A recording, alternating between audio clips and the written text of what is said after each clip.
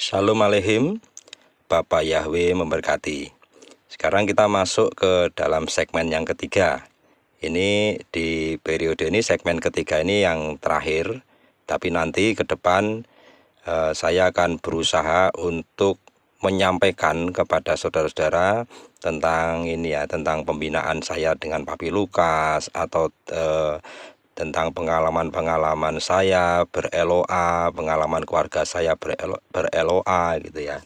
Karena di rumah saya itu bahkan anak saya yang bungsu itu masih TKB, itu juga sudah saya ajari untuk dia ber-LOA supaya dia nanti terbiasa ya, ketika dewasa dia terbiasa untuk tidak selalu menggunakan logika tapi juga menggunakan imannya. Nah, di dalam segmen ketiga ini kita nanti akan berbicara masalah mindset kita, tentang impian kita, tentang uang, tentang semua keinginan kita, tentang masalah-masalah kita, itu bagaimana mindset kita. Nanti akan dibuka semua oleh Papi Lukas. Papi Lukas tidak pernah ya menyembunyikan atau merahasiakan ilmu-ilmunya kepada orang lain. Kita sebaiknya juga seperti itu. Jadi kita share supaya orang lain juga bisa merasakan kebahagiaan di dalam Bapa Yahweh, di dalam Tuhan Yesus HaMasyiah, dan di dalam Roh Kudus.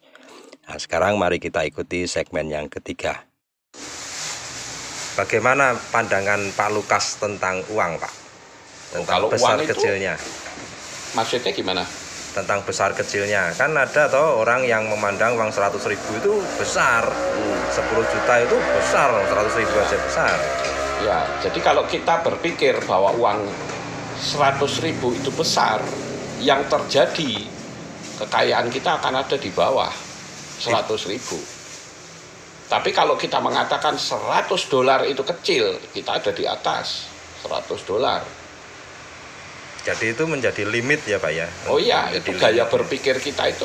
Di situ kita melihat, kita misalkan ada orang mau mempraktekkan hukum loa, saya uji dulu pikiranmu nyampe atau tidak, gitu loh. Yeah. Saya selalu tanya, kamu 10 juta besar atau kecil? Karena orang tidak punya uang sehingga berpikir, oh gede banget, ya wes selesai sudah kamu. Iya, ngerti saya. Jadi kalau memang mau menerapkan hukum loa, jangan tanggung-tanggung. Saya selalu mengatakan, alam semesta itu tidak kenal angka. Gitu loh. Angka 10 juta dan angka 1 miliar itu alam semesta sama. Saya sering membahasakannya begini. Ya, kadang-kala kan ada orang misalnya ditipu sama orang lain gitu. Sampai gontok-gontokan, bunuh-bunuhan, itu keliru. Ngapain harus seperti itu? Wong kita punya hukum loa kok. Ibaratnya gini, saya punya air 1 gelas. Iya. Ternyata air 1 gelas ini dirampas sama orang lain. Iya. Iya kan? Ngapain kita rebutan hanya air 1 gelas? Kalau saya tidak mau. Iya. Hati kita cacat, kita punya musuh, energi kita negatif, rezekinya makin jauh. Lalu apa yang harus saya lakukan? Ya wis, ikhlaskan saja. Tapi dengan tulus, ambil lagi dari alam semesta.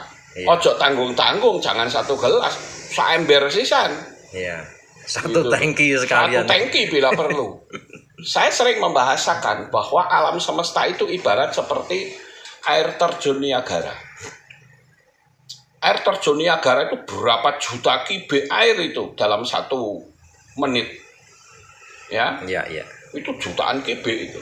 Lah saya mau mengambil pakai gelas, ya bisa. Nah sekarang air yang 1 gelas yang saya ambil dari air terjun itu kok dirampas orang, ya sudah, direlakan, ambil tempat lagi. Lah tempat itulah, itu hati kita, gitu loh. Kita punya wadah itu besar nggak? Kebanyakan orang mengambil dari alam semesta, wadahnya kecil. Wadah itu saya bicara mindset. Kalau kita berpikir, wah uang 10 juta itu gede banget bagi saya, selesai sudah. Gitu. Tapi kalau saya sekarang detik ini, saya mengatakan bahwa uang 1 miliar itu kecil. Ya. Gitu. Ya. Lalu satu lagi nih Pak Lukas. Ya. Kalau orang itu ya, dia hidupnya berhemat misalnya gitu ya, hidupnya berhemat itu. Kalau secara LOA menurut Pak Lukas gimana itu Pak? Berhemat ya. Berhemat itu juga harus kita pakai manajemen, jadi nggak ngawur. Tapi biasanya saking berhematnya kita belanja di pasar 500 rupiah pun itu ditawar. Nah itu sudah bukan berhemat, itu namanya energi miskin. Kalau orang kaya 500 itu duit receh. Kalau orang kaya uang 500 itu nggak dianggap gitu loh. Tapi kalau 500 saja harus dipertahankan. Bahkan kalau saya lihat di terminal sampai bunuh-bunuhan hanya uang 500 rupiah. Iya. Itu tanda bahwa mereka hidup dalam kemiskinan. Jadi jangan salahkan Tuhan kalau memang hidup mereka selalu sengsara. Karena memang gaya berpikir mereka itu kecil semua. Iya. Gitu loh. Jadi bagaimana harusnya? Ya kita harus ngerti lah. Kalau sekedar uang segitu katakanlah, kita saja awal, orang Magelang bilang awal itu apa ya? Jadi pelitnya luar biasa. Ya berarti saudara ada dalam tingkat kemiskinan. Dan juga yang perlu saya tunjukkan kepada saudara yang tidak ada di tempat lain, yaitu tentang energi kemiskinan yang ada di rumah. Saya kemarin baru mengunjungi satu jemaat. Jemaat itu isinya ngeluh, sering sakit-sakitan, dan ekonominya nggak pernah naik. Saya pikir ya siapa tahu di rumah ada energi setan gitu loh. Iya. Saya datangin ke situ. Begitu saya masuk ke rumahnya, saya sudah bisa mencium aura kemiskinan di situ. Karena apa? Karena rumahnya itu tidak tertata rapi. Berantakan, ada kaleng yang sudah nggak dipakai, ya gembeletak nggak karu-karuan di situ. Isinya itu kayak sampah gitu. Mungkinkah orang kaya hidup dalam rumah yang seperti itu? Jelas tidak mungkin. Iya. Ya, jadi Ya, kalau kita punya rumahnya awul-awulan kayak kapal pecah, ya, tidak ditata dengan rapi, ya jangan salahkan Tuhan kalau kita hidupnya miskin. Kan ada orang yang berpikir gini loh, ini kaleng dibuang eman-eman karena kalengnya bagus. Loh, kita bisa nggak sih beli kaleng seperti itu? Iya. Kenapa kita? Kecuali kalau kita memang mau berkarya ya, itu lain masalahnya. Iya. Artinya memang kita seorang pengrajin. Iya. Bikin handicraft gitu ya. Ya, handicraft itu it's okay, nggak masalah. Tapi kalau kita nggak ada apa-apa, kemudian kita hanya kaleng seperti itu saja, dieman-eman, kemudian kita juga melihat kertas berserakan di mana-mana, ya, barang-barang yang sudah tidak terpakai, misalnya gelas aqua yang seharusnya dibuang karena sudah habis, itu pun masih gembeletak di situ. Ya mohon maaf kalau itu energi kemiskinan. Iya. Kita lihatnya apa? Kita harus berpikir gini, orang kaya kira-kira rumahnya kayak gini nggak ya? Pasti tidak. Itu kalau bahasa Jawa namanya nyusuh, Pak. Nyusuh. Iya. Nyusuh itu apa ya? Nyusuh itu ya kayak susuh, kayak burung bikin sarang ya. Burung bikin sarang.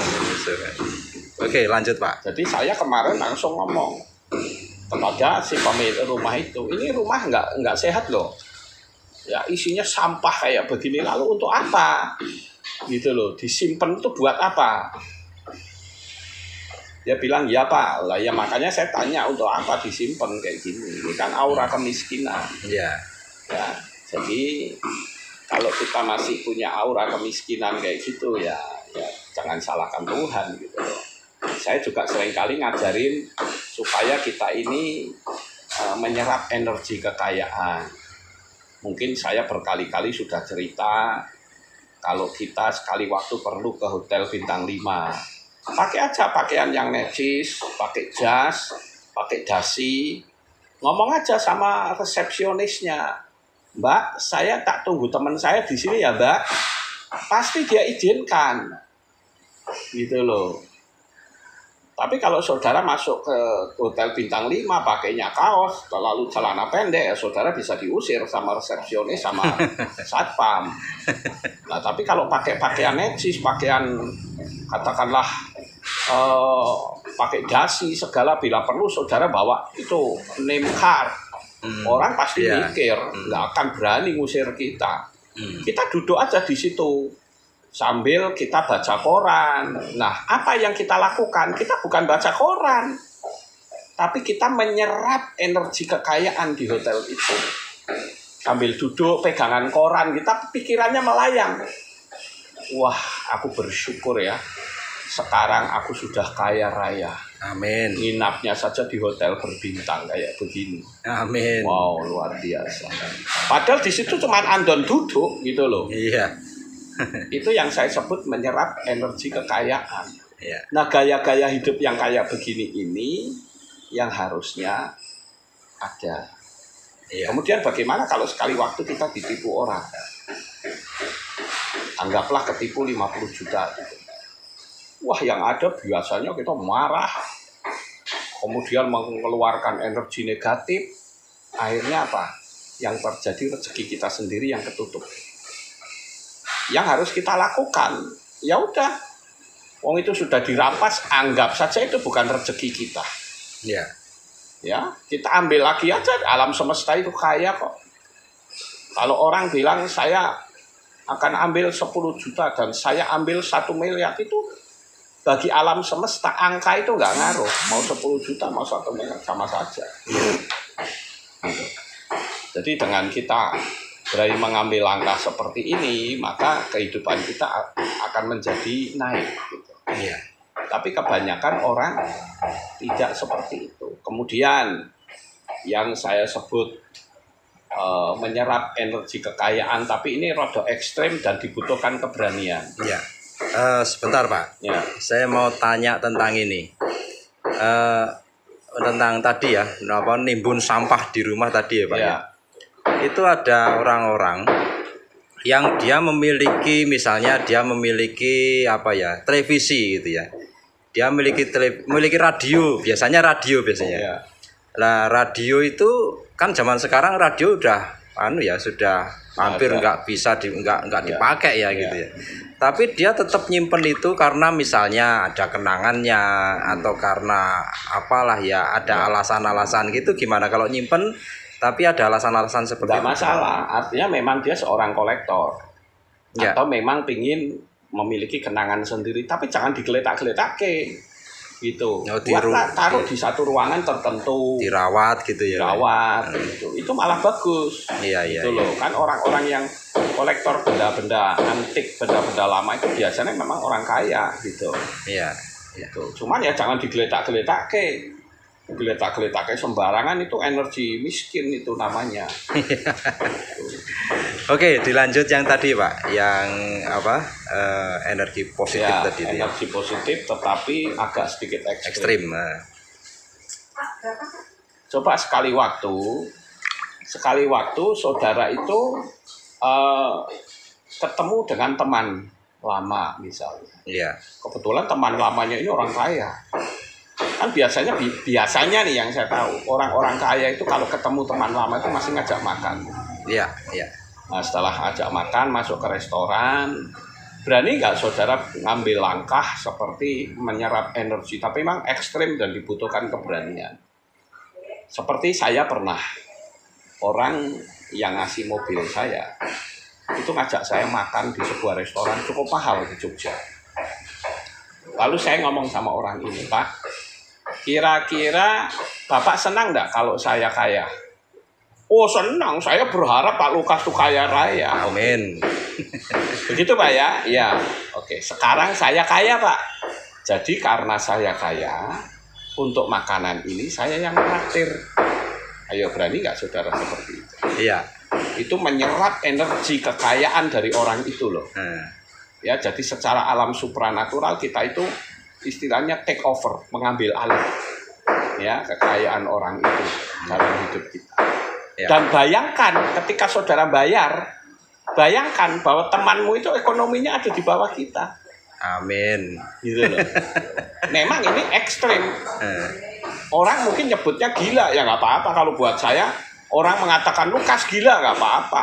Yang penting kaya kan, saya. Amin. Orang mau ngatain saya gila, kayak mau ngatain saya sinteng, kayak buat saya nggak masalah. Yang penting saya kaya. Daripada intelektual tinggi, punya titel tapi hidupnya miskin. Kalau saya emang nggak mau. Iya. Nah ini yang saya sebut dengan menyerap energi kekayaan. Iya. Memang ekstrim. Kemudian yang berikutnya yang harus kita ketahui, yaitu kalau saudara nyimpen uang di dompet itu bagaimana? Biasanya yang saya lihat itu awul-awulan, nggak genah, nggak dirapiin, semau-maunya sendiri. Kalau saya tidak, saya kalau nyimpan uang di dompet, saya punya dompet 2.